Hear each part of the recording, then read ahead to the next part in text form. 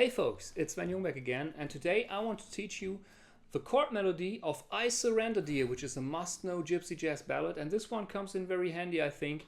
I've chosen very easy chords, so it should be easy to follow. I will play one chorus as a demonstration and then explain some details. This video goes out to all of my followers who made the wish or who wrote me in the comments that they really loved to have chord melody and chords. And so I think this one is also for beginners, but it's still beautiful if you're intermediate. 3, 4.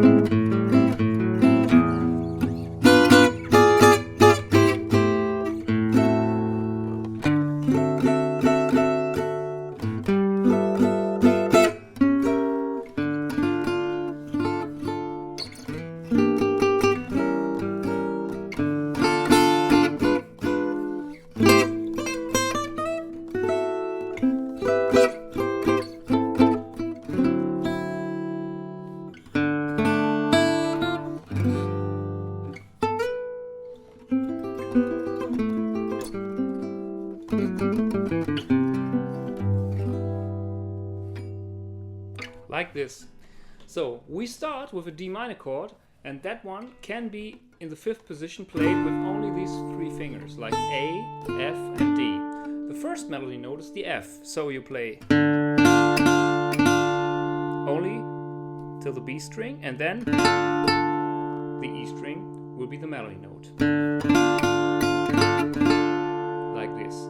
So now the next chord is also very easy. We have E half diminished with G on top, and this is perfect because the very common E half diminished voicing or E minor 7 flat 5 voicing is that one, and the G is on top. And the most common one is the same voicing from the D string, and again we have of course the G on the top. Now we need an A dominant 7 chord with B flat on top, which makes it an A dominant 7 flat 9. And the most easy way to do that is playing the G dim chord with A in the bass. For its A, we can easily play the bass with an open string. And then we have G, C sharp, E and B flat. Back to D minor, again with A on top. Now we have E dominant 7 with B on top. And this is also easy because we can again choose the diminished voicings. This time move it up 1 fret for G sharp diminished. So till that point we have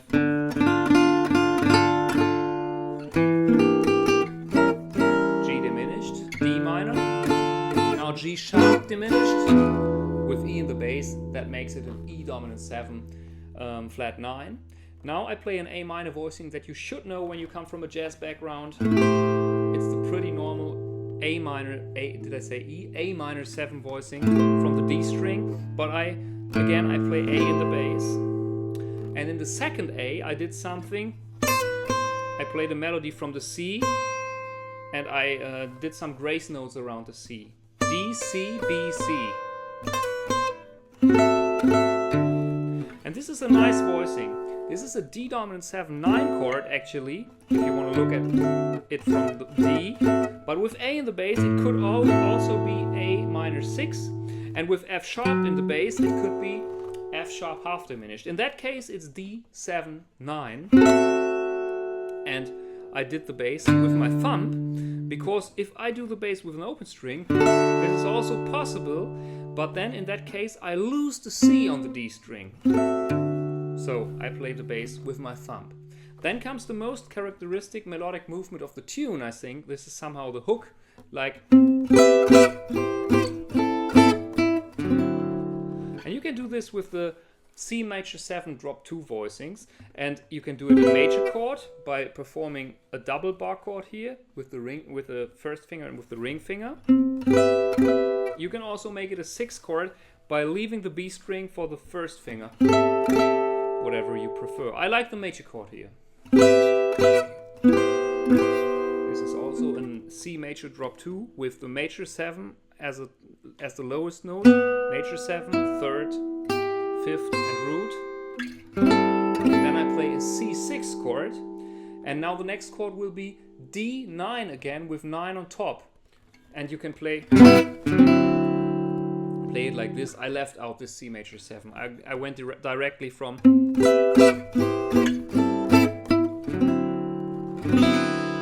then I played this beautiful chord. This is D dominant 7 13 with the 13 as an open B string and the 9 as an open E string.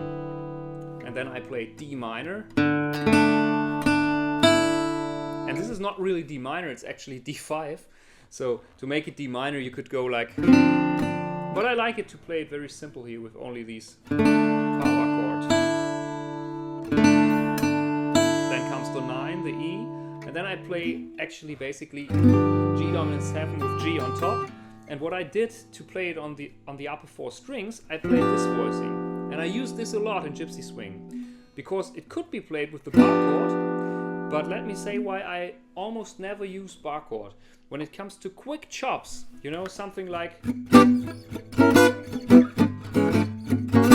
The bar chord is always like you have to move your hand in a different way, and the change from the very comfortable hand position that you also have when you solo when you solo in blues music, for example. This is the best hand position for rhythm guitar because you can change chords quickly, you can play with high tension in the right hand, and you can rest your left hand. When you play a lot gypsy jazz rhythm guitar and you use the bar chord position a lot, your hands will get tired very quick. So this chord is a bit if you have never played it, it might be a bit strange. You play F, B, and then the middle finger is playing 2 strings at the same time, D and G.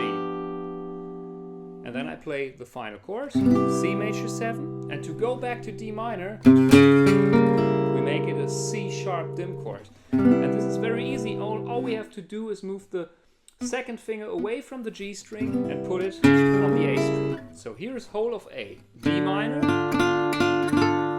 E half diminished, A dominant 7 flat 9, D minor, E dominant 7 flat 9, or G sharp diminished with E in the bass, A minor 7, D dominant 7 9, C major 7, again, C6, D dominant 7 9, D dominant 7 13 with a 9 included, D minor actually without a third, G dominant 7, and C major 7, and C sharp diminished. So part B can be easily done with a very basic chord. So, an E major chord. And the melody comes on the B string and is B, C, D, released to C.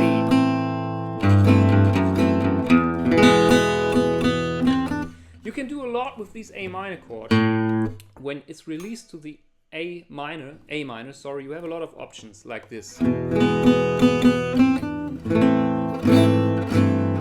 You could do it like A's, but you could also go like...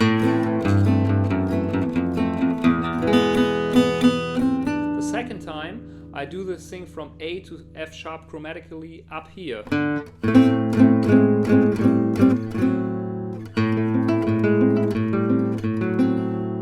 Then I play it an octave higher.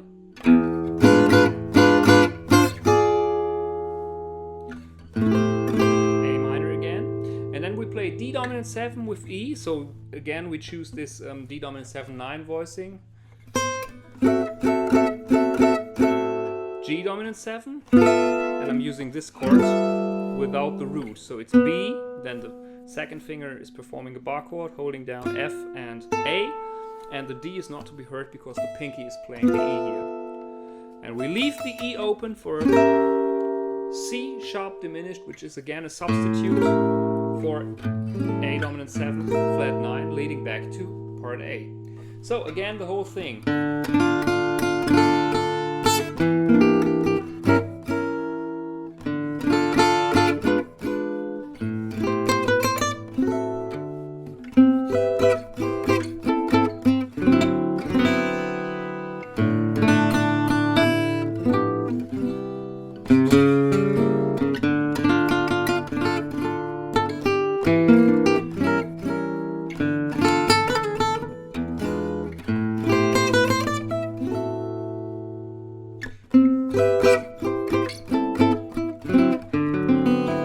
Introduction, I played this one, which is very nice. It's a kind of D7 with natural harmonics in the 7th fret, B string and E string. You play the D dominant 7 chord here, and then with the pinky the natural harmonics. And part B.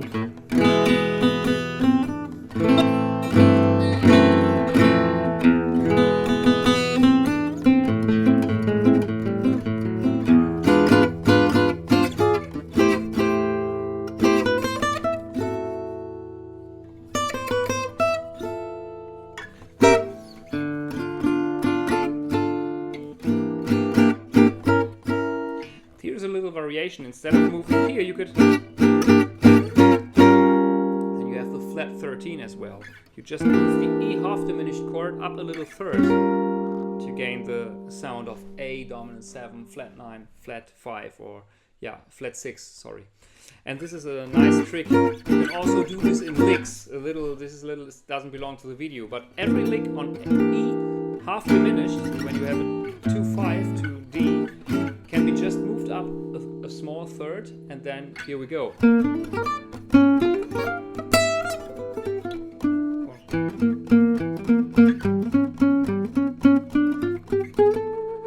Like this. So.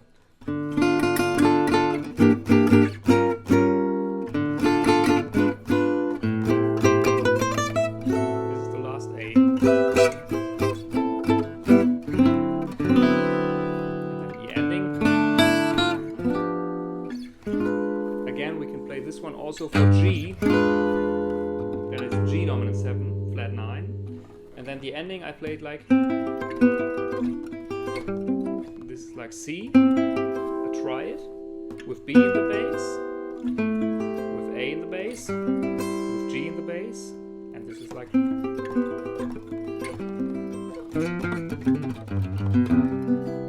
then end it somehow. So this is the chord melody. I hope that you could follow. Let me say that, you know, this comes without tabs, but it's always better to learn it on sight and with the ears and learn it directly by heart. Things that you learned by heart will endure forever, while when you read sheets, that's my experience, it's always the song that you read. You know, it's very hard to get songs in your head when you use sheets all the time. This is a problem that bass players know, ask them. So I hope you liked that lesson. Subscribe to my channel if yes. There is tons of material, also lots of smoking good performances by the finest jazz players of Europe that come to my couch and play here. And have a nice day. This was Sven Jungbeck for you. Bye.